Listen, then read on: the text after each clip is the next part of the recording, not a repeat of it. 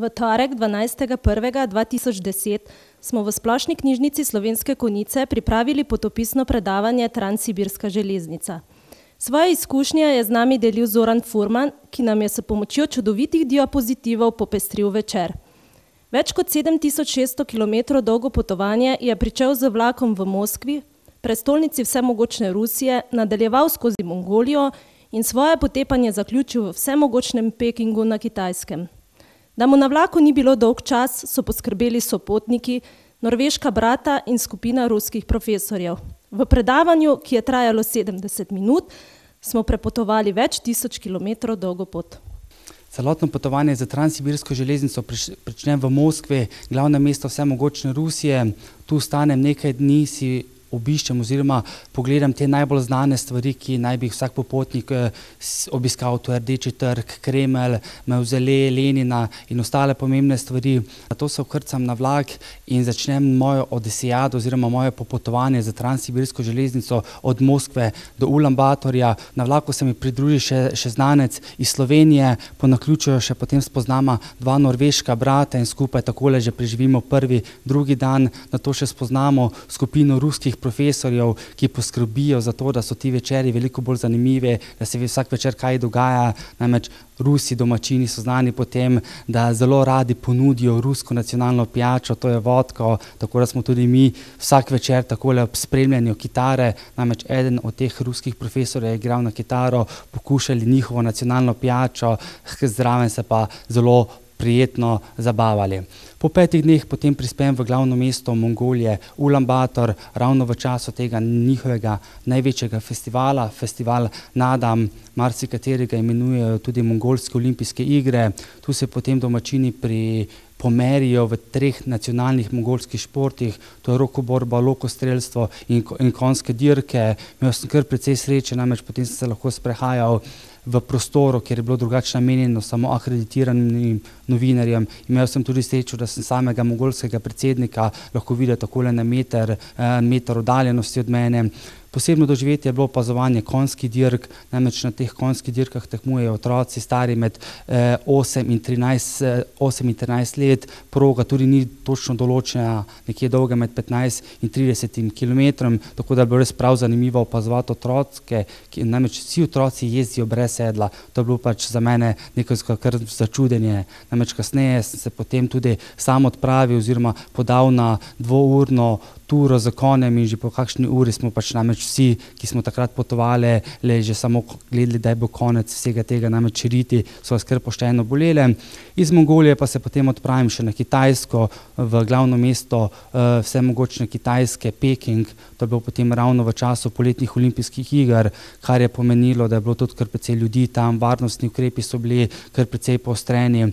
Obiščem seveda tudi največji gradbeni dosežek v zgodovini človeštva, to je ta kitajski zid. Na to še pa potujem skoraj mesec dni po Kitajski, obiščem to znane glinaste vojake v Xi'anu, kjer je okoli 7000 glinastih vojakov.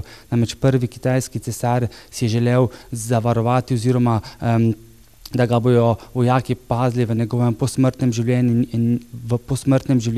in jih je dal zgraditi.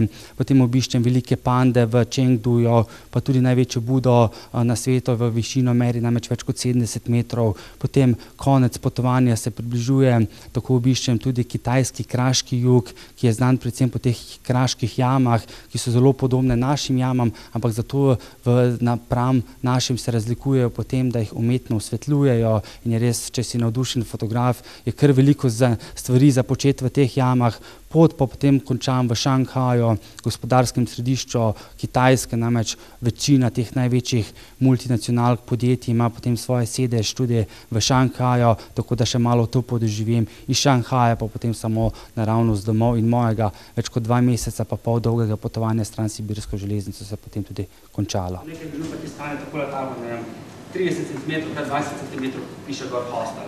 Ker marsikdaj to že vidite na veliko hotelih, vse skupaj. Potem končno prijem v hostel, drugi šok, Moskva, najdražje mesto na svetu, prenočišče v sobi z 8 25 € na noč. sobi z 8 osebami.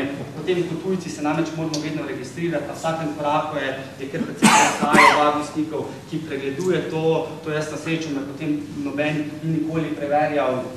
Tudi registracija stane 23 € in takole si 1 uro v Moskvi in prvih 100 € je že nekako šlo po zboru. Potem sem odpravil na obisk teh najbolj znanih stvari, oziroma pomembnih stvari, kar jih večina popotnikov, oziroma marsikdo priporoča, da si mora večina popotnikov to ogledati. Grem do prostora, kjer je mesto neznanim vojakom, ogenj, kjer gori 24 ur na dan. Veliko bolj sem opazoval tele fante, namreč fanti 8 ur na dan stojijo nepremično in potem stražijo ta prostor. Zanimivo je bilo to, da se je enem od fantov kravata malo razrahljala, to je prišel njegov nadrejenega prime okrog pasu popravil kravato, da je lahko potem opravljal delo naprej. Danes ne predstavljam 8 ur stati gledati v točko in to je to. Moskva je pač takšna, da že ljudje se preživljajo na razne načine, imitatorji pomembnih ali pa nepomembnih predsednikov, politikov, ki so krojili Sovjetsko zvezo, Rusijo, Stalin, potem Lenin, Brežnjev, ravno v Leninov, mavzolej se potem tudi odpravil. To je oče, marsikdo ga imenuje oče revolucije, veliko kdo ga je ceno, veliko kdo ga ni ceno, največ v smrti je poslal na milijone ali pa ni zmagovalec v Roko-borbi, Roko-starostno, v pogonskih dirkah, ni v Mongolije, ne vem, da bi zaradi zaslužka to počel, veliko bolj zaradi časti, največ biti zmagovalec.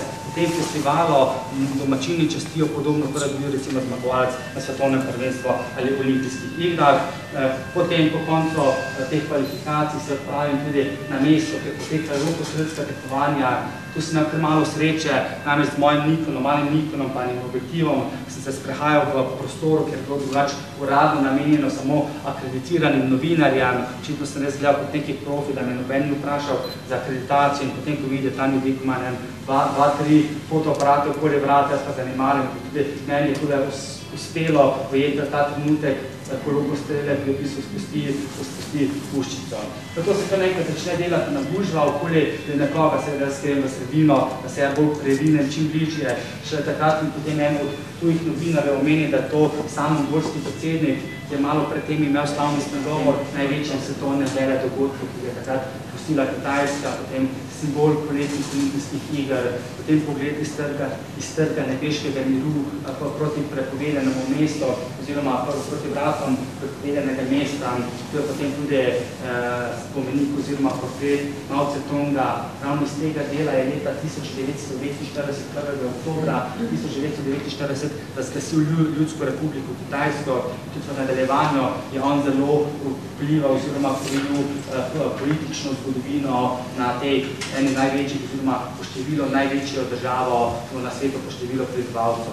Potem se tudi odpravim v prepovedano mesto, Forbidden City, nekoč je res bilo pravo prepovedano mesto, več kot 500 let je bilo povsem zaprto, iz katerega mesta je potem samo pred tem še nikoli nisem, kasneje tudi ne, v tem trenutku ti pa lahko tako in tako prodajo, ne vem, marsikaj. So pa res pravi gurmani, potem škorpione, potem imate tudi morske koničke, marsikateri tile škorpioni so še kar migali, samo izbereš to palčko, ki jo pred teboj spečejo in gremo naprej. Tako da res, mogoče če uporabim ta izraz, da Kitajci enostavno pojedo, vse kam miga leze, enostavno to drži, to boste še lahko potem po nadaljevanju vidi. Še večerni pogled proti prepovedanemu mestu. Naslednji dan smo se potem odpravila proti temu največjemu gradbenemu dosežku v zgodovini človeštva, Kitajski zid, ki so ga že začeli graditi nekje v 3. stoletju pred našim štetjem. Osnovni namen, recimo v originalu, se tule potem vidi, tule je bil namreč ta rob bazena. Glavnemo v tem jame, kljub temu, da je bilo rečeno, da imamo samo 1 urco pa pol, sem se jaz kar malo podaljšal celotno zadevo, kot vidite te kontraste. En kapnik take barve, druge zavese, druge barve, mokni sploh, če pa rad slikaš, pa enostavno obožuješ te kraje, tako kot sem jaz. Za konec potovanja pa potem še samo v Šanghaj, v gospodarsko prestolnico Kitajske, ker se Svetovni popotnik Zoran Furman se je predstavil s kvalitetno predstavitvijo oddaljenih azijskih dežel ter obiskovalcem z veseljem ponudil dodatne informacije v obliki odgovorov na njihova vprašanja ob neformalnem druženju ob čaju in domačem pecivu.